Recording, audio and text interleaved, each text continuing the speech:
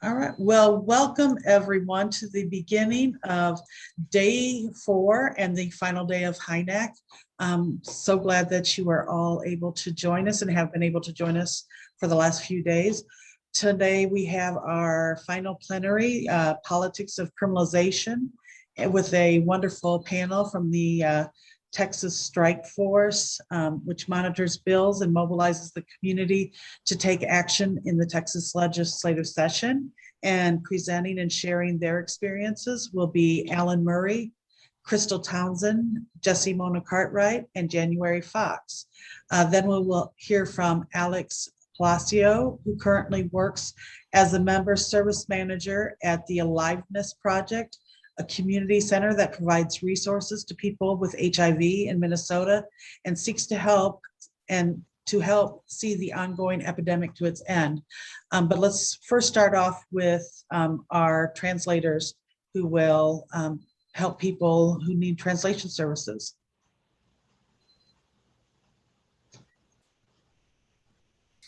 Thanks, Tammy. Hello, everybody. My name is Jose Romero, and I'm joined today by Paula and Stephanie, who will be my co-interpreters for the plenary today.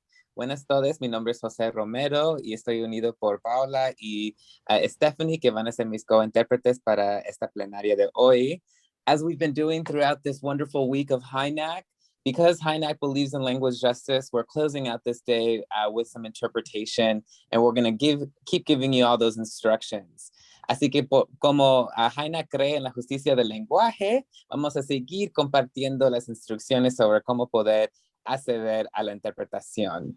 So to access the interpretation, by the end of your HINAC experience, you'll be so good at this, and we're excited about it.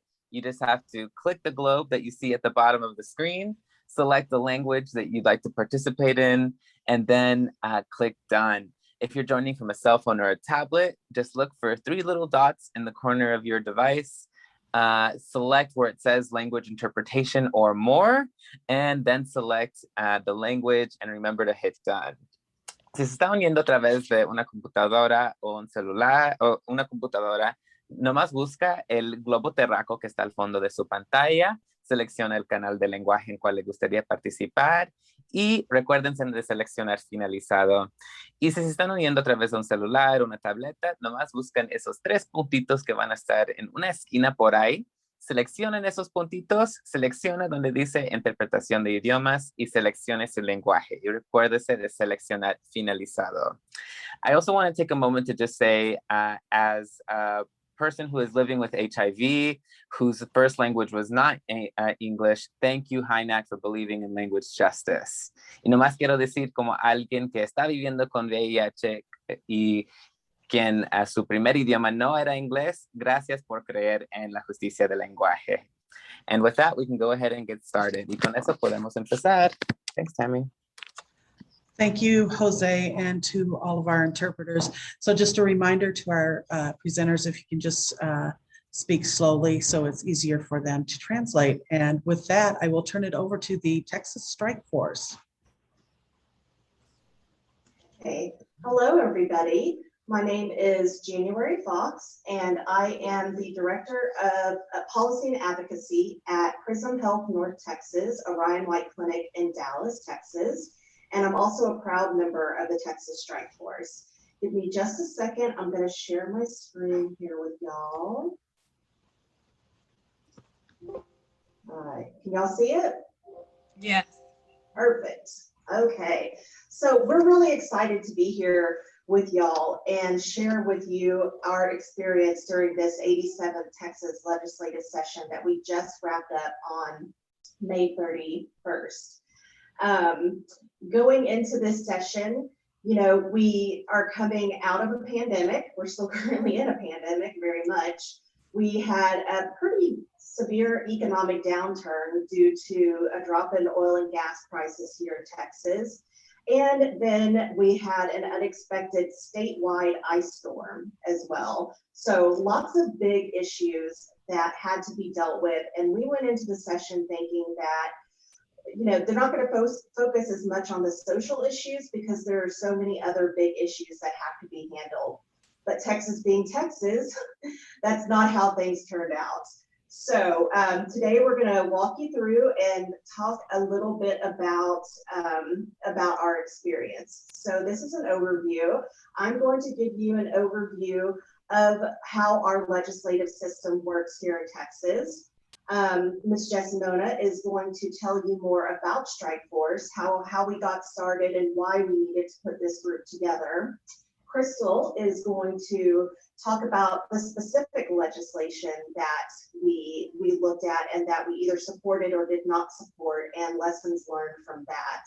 And then Alan is going to wrap us up with some discussion about our state aid app and how you can get involved as well. So, okay, this is an introduction to how our legislature works here in Texas. We meet every other year for 140 days in odd years. So 140 days to get everything done that has to be done. The one thing that the legislature has to do is they have to pass a balanced budget. That is the one thing that they have to do. Everything else is icing on the cake. We have two legislative bodies, the House and the Senate, which create our laws and establish a budget. And, these two have to work together in order to get things done. Representation matters. And so these next few slides are going to show you some breakdowns of what our legislative body looks like. When we're creating policy, it's really important to think about who is at the table. As you can see here in our House of Representatives and our Senate, blue would be Democrats, red would be Republicans, and there is definitely a Republican majority. And all of our statewide offices, elected offices in Texas, are also held by Republicans. So our governor, our lieutenant governor, our everybody that you can think of. And so that makes it really difficult to deal with progressive or to push forward progressive policy in Texas.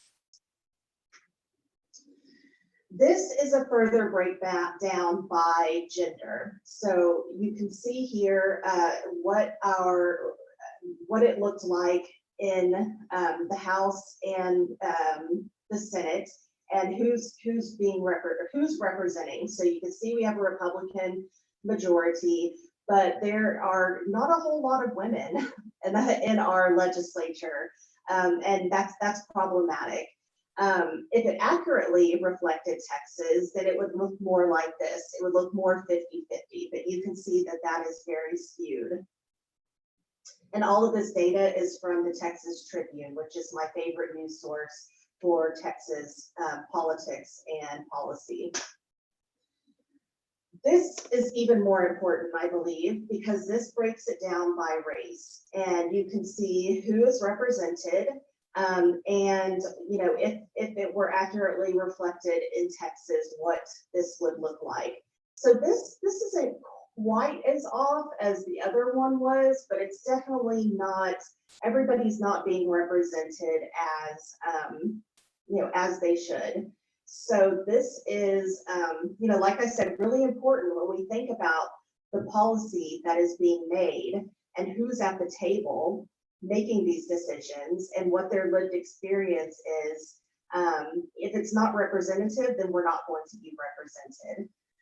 And that is, yes. Just a quick note from the chat. The interpreter is asking you to slow down so that they can keep up. Okay, I am sorry. That's and okay. I'm actually done. So I am going to pass it over to Ms. Jessi now, who is going to talk to you about the Strikeforce, what it is, why we got started, and what we're doing now.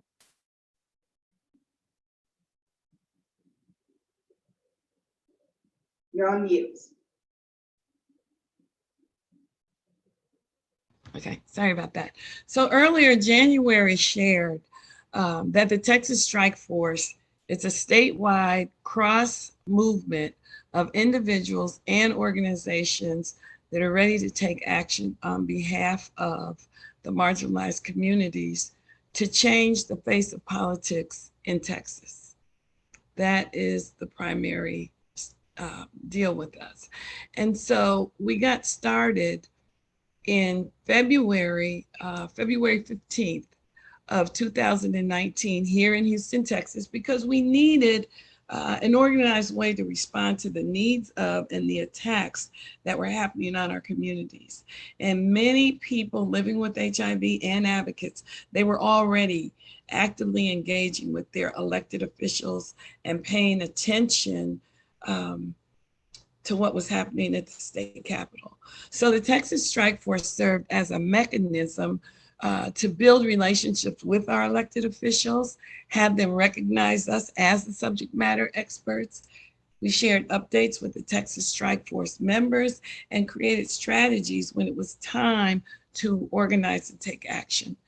Our Texas Strike Force is made up of the Rapid Response Team, which in 2019 at our inception included Roxy, Tana, Shelia, and myself. And we also had 2 coordinators, Angela and Ebony. And we had over 50 members. So this year, in 2019, we actually monitored 32 bills.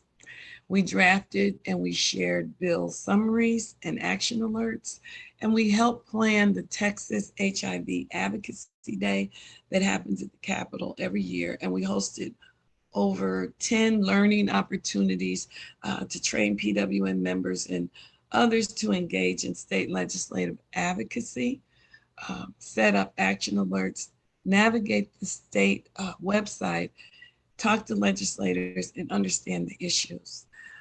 We did this because this work is so important, because it trains and it empowers our community to give folks options to engage at their own level of comfort. And it allows us to work together across different movements, service rapid response vehicle to educate and engage the broader community. And it builds sustainability in the community and the infrastructure. And it's a model for the legislative advocacy and community mobilization that goes on in other states. And I'll pass over to Crystal. Thank you. Thank you. So I'm going to talk about like how we did it, and I'm going to try to do it talking a little bit slowly. So many of you understand what it's like to fight on the front lines, because many of you have protected our rights. I was reading the chat and Jen mentioned that this session felt overwhelming. We're still licking our own wounds. It felt to me like war. I've never been in war, but it felt like war. And so what that means is there were over or nearly 10,000 bills filed, almost 4,000 were passed. And it felt as though these bills were intentionally targeted at Black and Brown folks, BIPOC folks, marginalized groups, and absolutely felt like backlash from the 2020 election. So we had record turnouts in our large cities, and it felt like they came to make a point. And so what we did as a coalition and a collective is we just focused on 5 different priorities. We could not do everything. So there were specific bills that we wanted to focus on, including HIV criminalization. Next slide, please. I mentioned that we did this as a collective. And as Januari and Jessi Mona have talked, many of you might wonder what it looks like. And so what that looks like is people living with HIV are a part of this, community advocates and community leaders are a part of this, as well as people who work for organizations. And so some of these on this slide are our coalition partners who went to war with us. Next slide, please. So these are a few bills that we monitored. I'll talk a little bit more about them in detail, but just a spoiler, they all died, okay? We use tools like the Texas Legislative Online. So that's an online tool that we can use to set up bill alerts and monitor what's actually happening at the Capitol. Another tool that I want to share with y'all is Legiscan. So if you're just starting off monitoring bills, Legiscan, and I'll put it in the chat, is another tool that you can use no matter the state you're in to set up alerts on bills that you want to track. And how you do this is by putting in keywords like HIV. And so you can set up your alerts, and that's what we did. This is how we did it. Next slide, please. So House Bill, or HB 1165, was the fetal heartbeat bill. This bill wanted to prohibit people from having abortions after the detection of a fetal heartbeat. So they mentioned in the legislation around 4 weeks. A key lesson we learned here was to look for companion bills.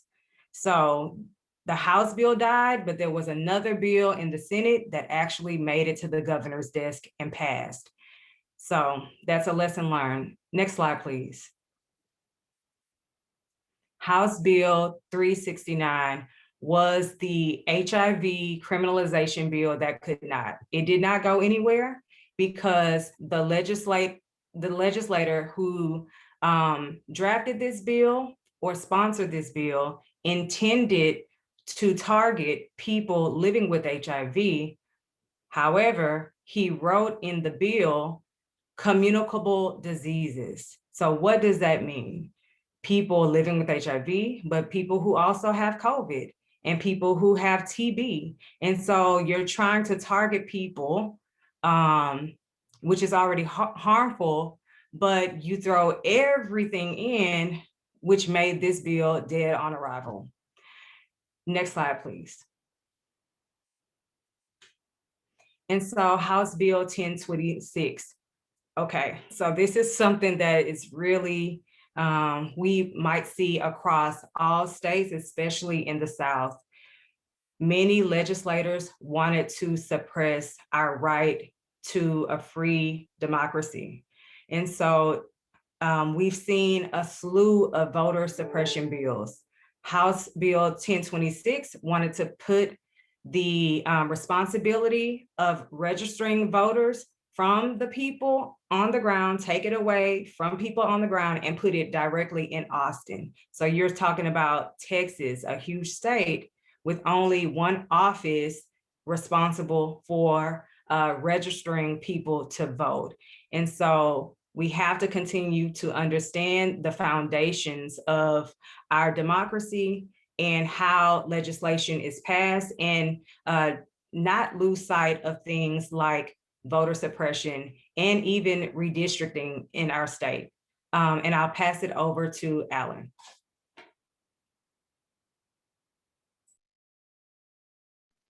Oops, sorry, I was on mute. Good afternoon, everyone. My name is Alan Murray, part of the Strikeforce. Was also involved in the Positive Organizing Project, also chair of the Ryan White Fighting Council. And I'm going to talk today a little bit about the HIV medication program here in Texas and some of the changes that we were able to get stopped. The THMP, also known as ADAP, is administered by the Texas Department of State Health Services. In December, DSHS announced changes to the income eligibility guidelines in response to an audit with absolutely no public input, and in all actuality, really no advance notice. They made the announcement in December, and the effects, I think, were supposed to take effect in either March or April. So we had like no time to prepare to respond to that change from the planning council and come up with ways to keep people covered under their medication. So it was a pretty scary time, and we started mobilizing in January to overturn the changes, and actually we're able to do that. And now it will postpone until June, and have recently announced that it will maintain at least until the end of the year and probably thereafter. This is reversed its decision. In the process, the HIV health director resigned. Legislature approved budget exception for 36.6 million with requirement for public accountability. And that was in response to an HIV advocacy day we had in, well, it was a couple months ago. I forget exactly when it was. And some of the lessons learned and what happens next. Like Crystal mentioned, watch out for companion bills. We were kind of blindsided by that one. So it's important to remember to watch both houses. We're gearing up to attend the June 30th partnership meeting for the THMP. We're planning next steps with engagement with issues, and we are advocating for changes necessary to that advisory committee. Some of the things that we're considering advocating for is requiring people with HIV to serve as chair or co-chair of the Texas medication program, which I don't think currently is requirement. Require higher percentage of people living with HIV on the actual medical monitoring or medication program. And we're preparing for 2023 Texas legislative session. So that's kind of some of the stuff that we've done, and working with the planning council and the medication advisory committee. Yeah, we were actually able to keep everybody covered under the ADAP. So that's a really, really good thing. For some information, yes, thank you. The Strikeforce, the link is right there. Anybody that wants to join us, even if you're not from Texas, you can kind of keep an eye on what we're doing and even help us with some of the emails and stuff like that. So we would love to have anybody join us that would like to. And that's it for me. Thank you so much, Januari, Alan, Jessi, Mona, and Crystal. We have a few minutes for a couple of questions. If anybody has a question and wants to either raise their hand, and I can unmute you or type it into the chat box. But one thing that I wanted to stress is we often hear of the states that have modernized or reformed their laws, or as Illinois did, full repeal, but we don't celebrate like Texas and Pennsylvania, who prevented and fought to keep new laws off the books. So congratulations, because we know there's a lot of crazy going on, and y'all did a great job. All right, I see a couple of hands raised. Let me quick see if I can figure out where they are. Tana, you should be able to unmute yourself. Hi, Texas Strikeforce. I want to say y'all are amazing. This has been a crazy legislative session, but we did it. We made sure that 2,700 people kept their medication, got that assistance. That was a lot of strategy. That was a lot of work. Great job. And also House Bill 369, making that die. That was amazing. And have them ask, where did all these people come from? What are y'all here for? I mean, just so amazing. Thank y'all. Thank you, Tana, and we know that you were part of this incredible effort as well. Sarah Jackson, I see you have your hand up. Did you have a question, or you should be able to unmute your phone or your microphone? Okay. Hello, ladies. How are y'all doing? Great job, Texas. Go ahead. I'm so proud of y'all. Keep up the good work. We pushing too. Right, wonderful.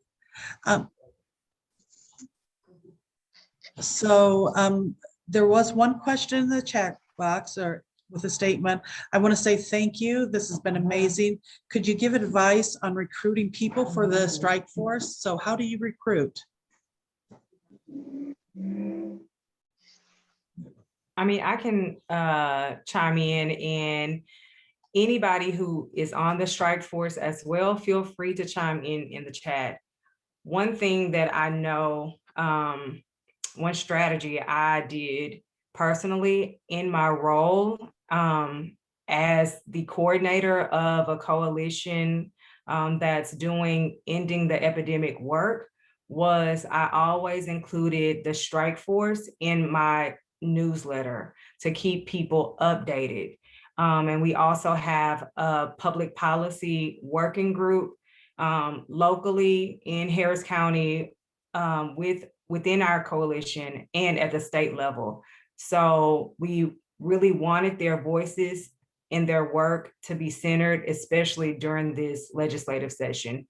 So that was one way. And then, of course, social media is a great tool that you can use to activate our networks of people living with HIV and our community advocates.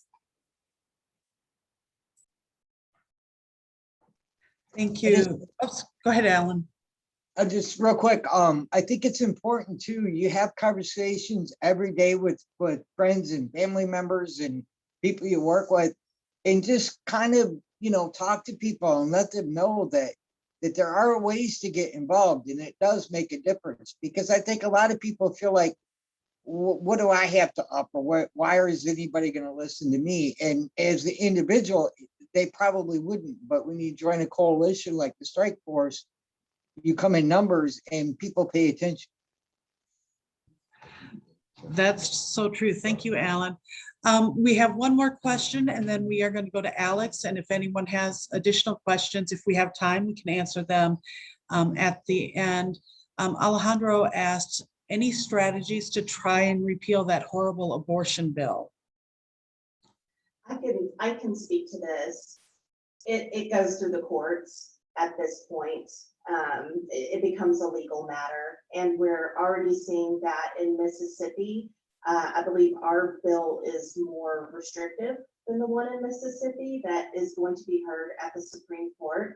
But the Mississippi bill is definitely going to be a test of the new makeup of the Supreme Court to see where they stand on abortion. It is very, very possible that Roe versus Wade could be overturned. That is definitely a possibility and something that we need to prepare for and be thinking about. But at this point, there's nothing to be done except for it going through the court system. Well, thank you so much, Januari, Jessi, Mona, Crystal, and Alan. And I hope you have a chance to scroll through the chat box. There's been so much love and appreciation for you sharing your experiences with us today.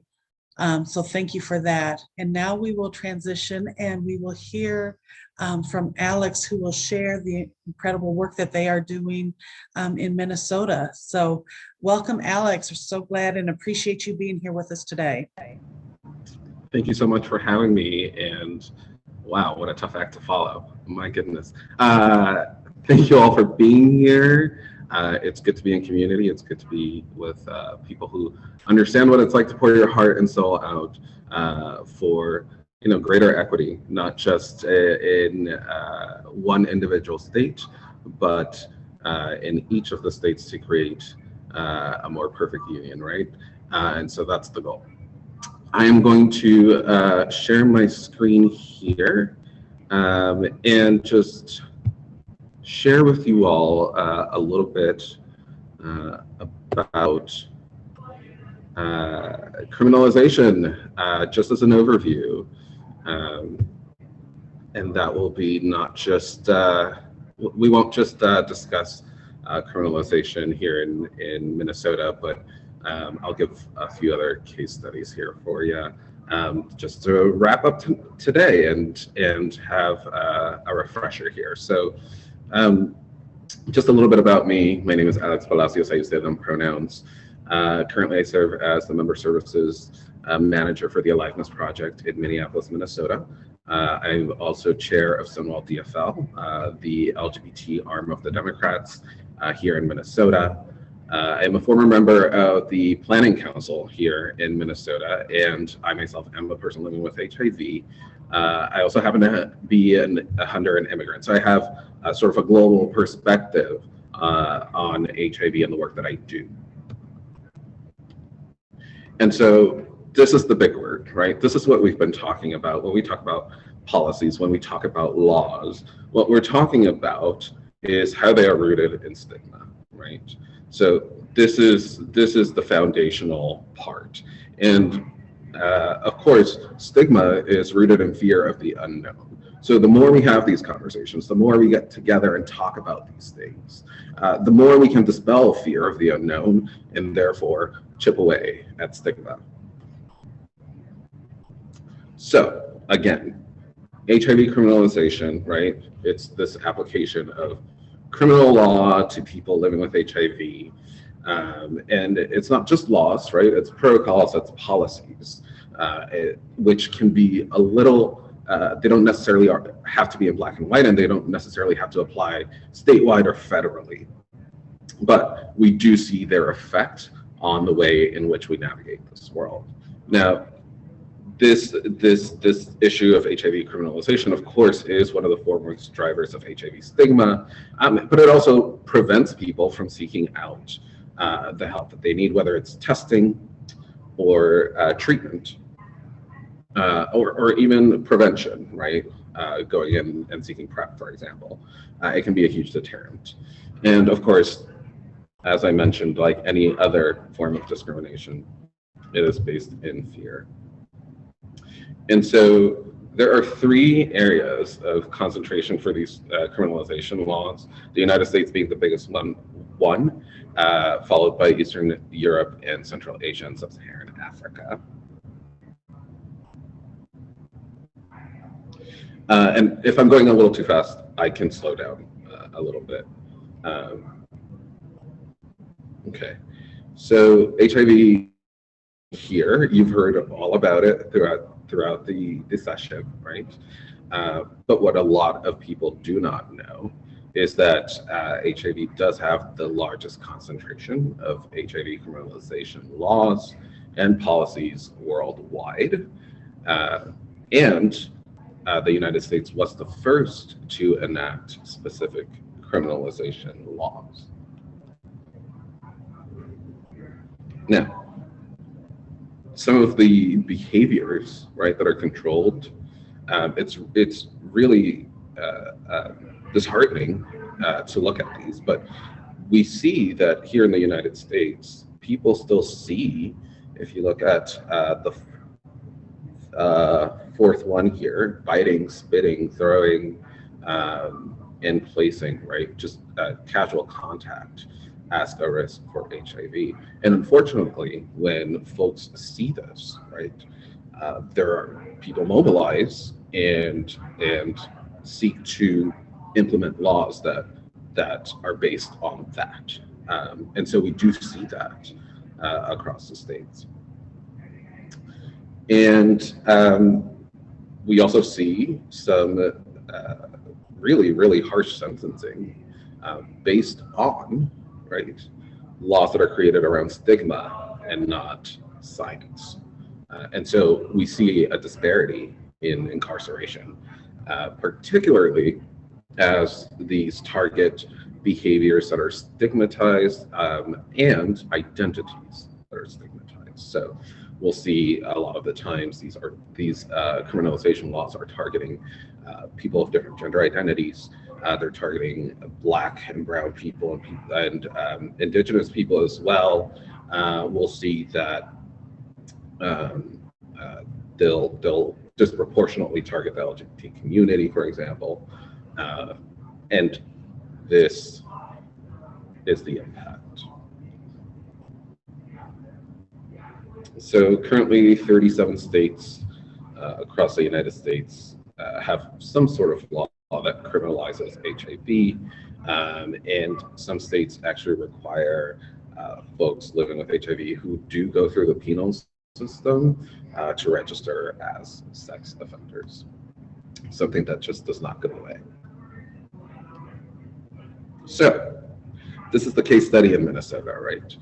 Here in Minnesota, there is sort of a general law, but specifically for HIV, as long as a person living with HIV takes adequate precautions, right? Science-based adequate precautions, that they cannot be prosecuted. And so what does that mean? That means that if you do not want to disclose, and we know that people don't disclose for many reasons, right? A lot of the times out of fear for their own safety. If you say engage in sexual activity with a partner that's taking PrEP, if you yourself wear a condom, if you are taking your treatment and are now undetectable, U equals U, amazing, right? Then you have taken adequate precautions, and in the state of Minnesota, you cannot be prosecuted. So, zooming out a little more, right? We know that these laws are pervasive worldwide, and we know that after the United States implemented many of these laws, other countries followed. So, 27.8 of countries worldwide currently criminalization laws. It's a pretty big chunk. So we're not alone when we are facing the kind of stigma and the kind of social disruption that these laws create. As I mentioned, I am a Honduran immigrant, and so I wanted to study from my birth country. So Honduras does have both HIV-specific law and general criminal provisions, which have the potential to be used to penalize HIV transmission. And so there haven't been a huge number of those cases, whereas we look at the United States, and there have been an incredible number of thousands historically. But Honduras does have these criminalization laws in place that could be used at any time. Other places where we see high concentrations of HIV criminalization laws, Russia, for example. In Russia and the Ukraine, if you are accused of engaging in any behavior that could lead to transmission, it can be prosecuted. In Uganda, for example, there is a statute that goes after identity as opposed to behavior. And in Singapore, we're seeing a rollback of criminalization laws, but there is still a high concentration. It's no wonder, right, that there's so much overlap with identity. We see that, for example, in the case of LGBT criminalization, a lot of the same countries, right, have both HIV criminalization laws and LGBT criminalization laws. And so what is the larger impact, right? This is what we've been getting at. As these laws are not based on science, but are based in stigma, they disproportionately target people based on race and gender. What if you're a person with multiple intersections of these, right? Then you are that much more likely to be put into a criminal justice system that will affect your life sometimes for the rest of your life, right? If you have to be in a registry. We know that people who oftentimes go through the penal system can never build their way back up to the same quality of life. Not to mention, so many of the folks who do engage in the criminal system don't get the care that they need or deserve if they are people living with HIV. And so we also in the way of helping bring the epidemic to its end. And we can do this within a generation, right? We have prevention tools like PrEP and PEP. We have treatment as prevention. If everyone engaged in those behaviors in a safe way, if everyone felt comfortable engaging in those interventions in a safe way, then we could see the end of HIV in one generation. We have the tools. What stands in the way is social stigma, is HIV stigma. I am proud to be here with a group of folks who are dedicated to just that. And that is where I will stop. But I am happy to take any questions. Thank you so much, Alex, for sharing about the basics of HIV criminalization here in the United States and abroad. If anyone has any questions, again, please raise your hand and I can unmute you, or put it in the chat box if you have a question either for Alex or for a member of the Texas Strikeforce.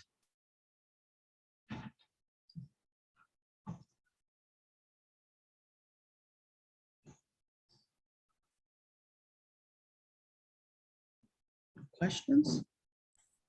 I did want to acknowledge a question that I saw in the chat. Not in the chat, I'm sorry, in the Q&A.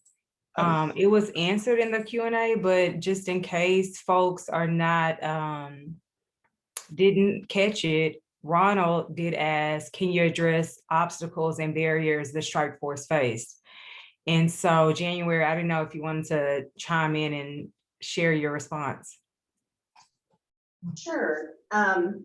One of the biggest issues with organizing statewide in Texas is that Texas is gigantic. It's massive, and that can make it really difficult to get everybody on the same page. Zoom and video conferencing has worked wonders. I don't know what we would have done without it this year. It just wouldn't have happened. So definitely the size of Texas is always an issue. And I think Benita had a response as well. Yeah, so Vanita said the legislative session is only 140 days and they only meet every 2 years. So what happens in between those years is really nothing based on our budget and based on the laws. So we have to maximize that time, the time that we have.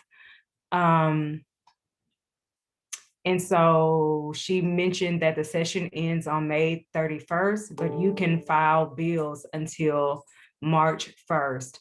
So our team is just really looking at it to see what is coming up and what we need to pay attention to. The only other thing that I want to mention about the obstacles is this unprecedented time that we are in as a pandemic, a social reckoning, the winter storm that nobody but like Texas understood what's happening. People are like, what? Why is Texas crying about the cold? Well, that was very unusual because nobody expected to be without heat or water or lights for 3 days in like in 20-degree weather. So it was really crazy.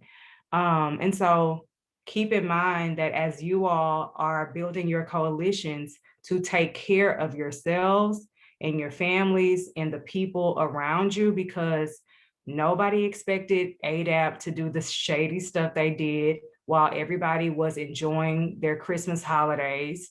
And then you get back into the year, into a legislative session, and then the winter storm. And so you just have to remind yourself to take a step back, take care of yourself, drink your water, take care of the people around you. And I will just throw in very quickly that this year the governor has called a special session. And that is to deal with the bills that didn't get passed. And so that's going to start on July 18th, I believe. July 18th or the 19th, the special session that the governor called.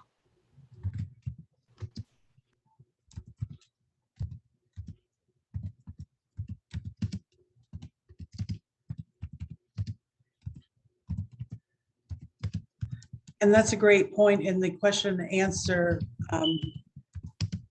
box. Vanita said, the window is so short to take action, especially with some of these legislative sessions being an off year or that we have to stay ever so vigilant because they can move fast and make it an amendment, add it to another bill. That makes it challenging for advocates. So it's kudos to you for staying on top of that as well.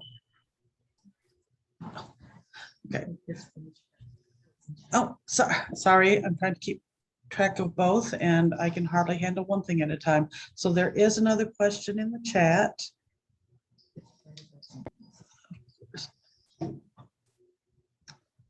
All right. Given HIV criminalization transcends borders, what are some resources that we can look for guidance on issues like immigration? Alex, you mentioned, you talked a little bit about different countries. So can you answer that one? Absolutely.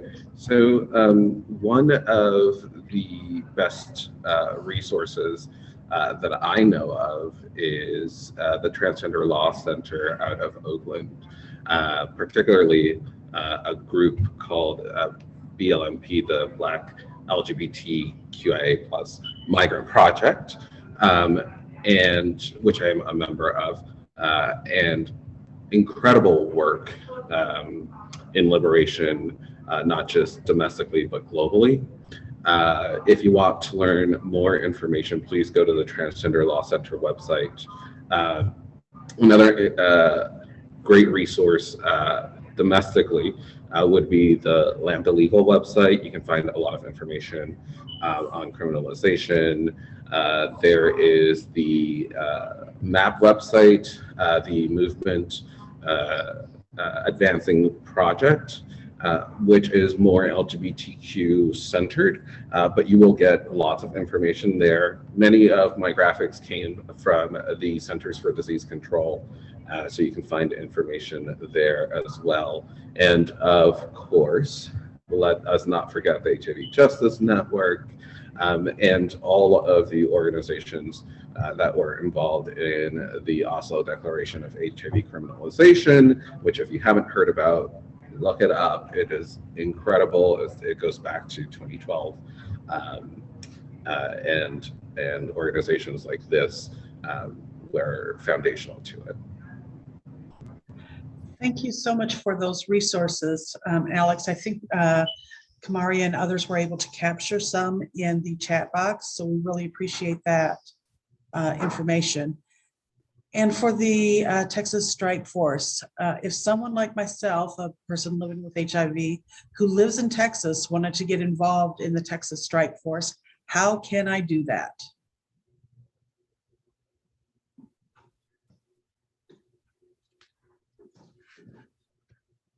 Anyone want to have the link? I'm sorry.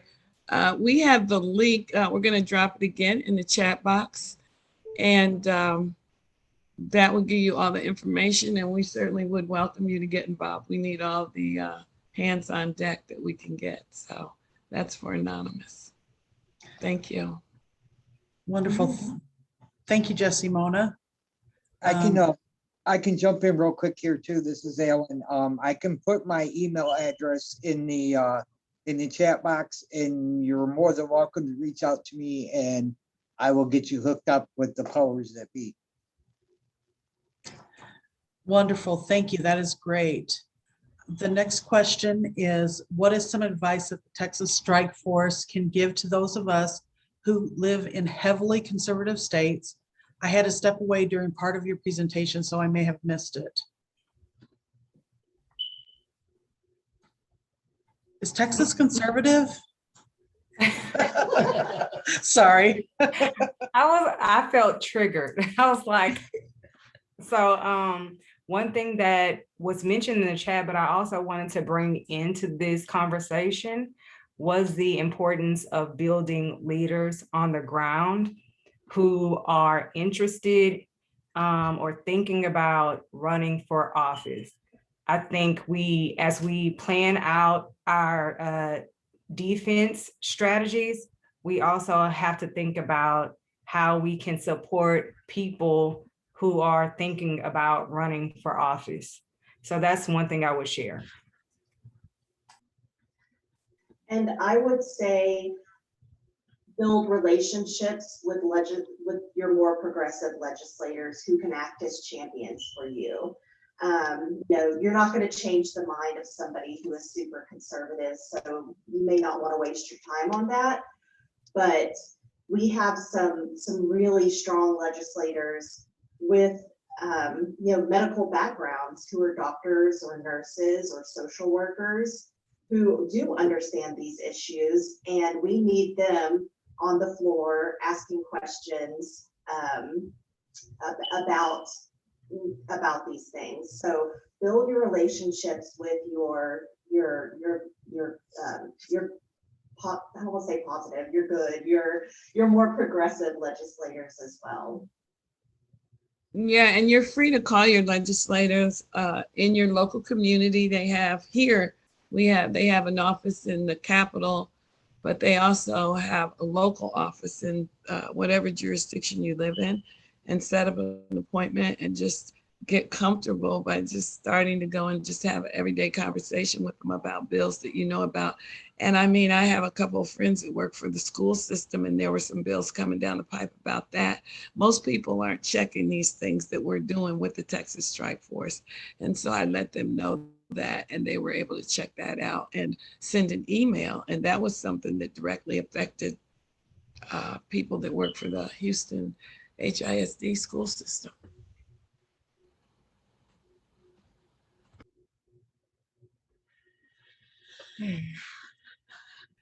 Alan, were you going to share something that looked like you were ready to come off mute? I was getting ready to, if we have time.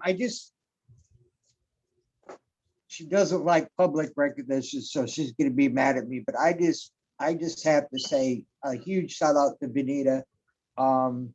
Positive Organizing Project.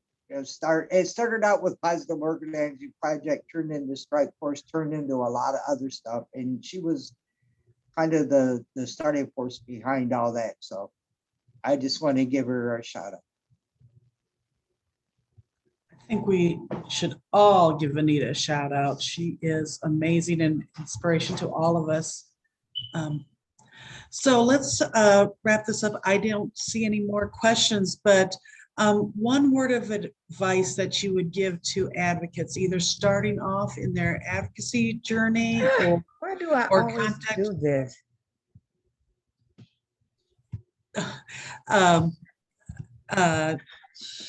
Shoot, what was I saying? Your advocacy journey or talking to legislators. One last piece of advice, and if we could, can I start off with you, Alex? Sure thing. So I've spent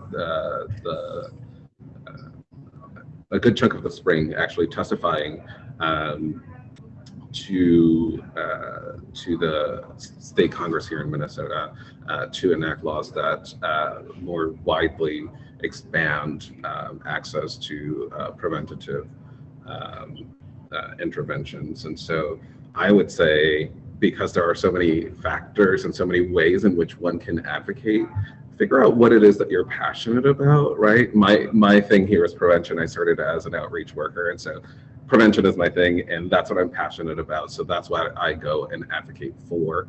And know that all of these different ways in which you can contribute, first of all, it is possible. So please come on board. But also know that they're all intersectional, that they all relate. So find your passion and come and help us out. I love that. Find your passion and come help us out. Excellent. Thank you, Alex. January? I say get in where you fit in. You don't have to testify if you're a new advocate. Start easy, start with a phone call to your legislative office. Come to a Strikeforce meeting and just sit there and listen and hear and get to know folks. PWM put on a series of amazing advocacy trainings this year. Attend those so that you become more familiar with the process. You don't have to do the biggest thing. You just do whatever you can. It takes everybody doing whatever they can to make a difference. Oh, that is so true. It takes all of us, and do what you're comfortable with. I appreciate that, January. Thank you. Mona, good gravy. Jessi Mona, yeah. So what I was going to Mona. say is, believe it or not, I am a talkaholic, but I'm also very shy. And so I was in the closet. I didn't want anybody to know anything about me as it related to my health status. And I ran away from Detroit and I came to Texas. And I met this lady in the gym. Her name is Benita Ray, and the rest is history. And so now I'm in magazines. I'm just talking all over the place, and the stigma and the shame is gone.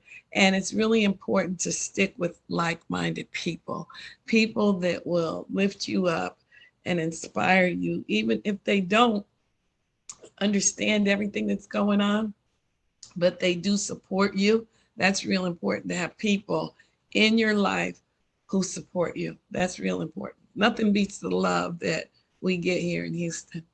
Yeah. Oh, that is so true. Get your posse. Take your posse with you. That way you're not alone, and you're a force to be reckoned with, like the Texas Strikeforce. All right, wonderful. Alan.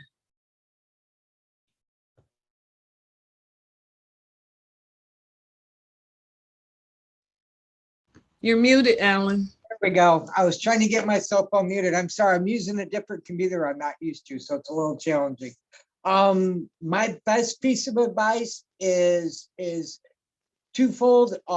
First of all, coming from Texas, dealing with a lot of conservatives, do a little bit of research and don't automatically assume just because a representative might be conservative that they're going to be your enemy, because I have made that mistake and have learned that there are people on the conservative side that are not necessarily our enemies.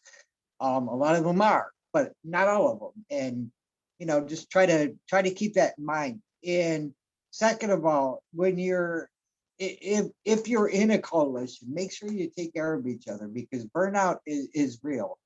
And I tell you, I've had people reach out to me at times when I was just like out of my mind, and it makes a huge difference. So love on each other, take care of each other. We're all a family, whether we're blood or not, we're still family. Amen. I love that, Alan. We are family. Maybe messed up at times, but we are a family. And Crystal, can we end with your words of wisdom and advice for other advocates? I loved everything everybody said. I just want to affirm anybody who is new to this work or maybe intimidated by it. I want to affirm you to let you know that you are enough just as you are right now, and you don't have to wait until you find more information. And so if you are a little timid and want to learn more, I would also encourage you to follow folks on social media. So like PWN or even HiNEC, so you can find your people and show up in your full selves, and you are enough. So that's what I would end with. What a way to end a fabulous panel and presentation. Thank you so much, Januari Fox, Jessi Mona Cartwright, Ellen Murray, Crystal Townsend, and Alex Palacios. Thank you so much for sharing your wisdom, your advice, which was spot on, each and every one of you. Just a reminder to everyone, we have breakout sessions coming up, 3 great sessions for you to choose from. And then we have an amazing lineup for the closing of HYNAC 4. So hope to see you all soon. Again, to our presenters, so much gratitude for sharing your wisdom with us today. And we will see you all either in one of the breakout rooms or at the closing. Yeah. All right. Thank you.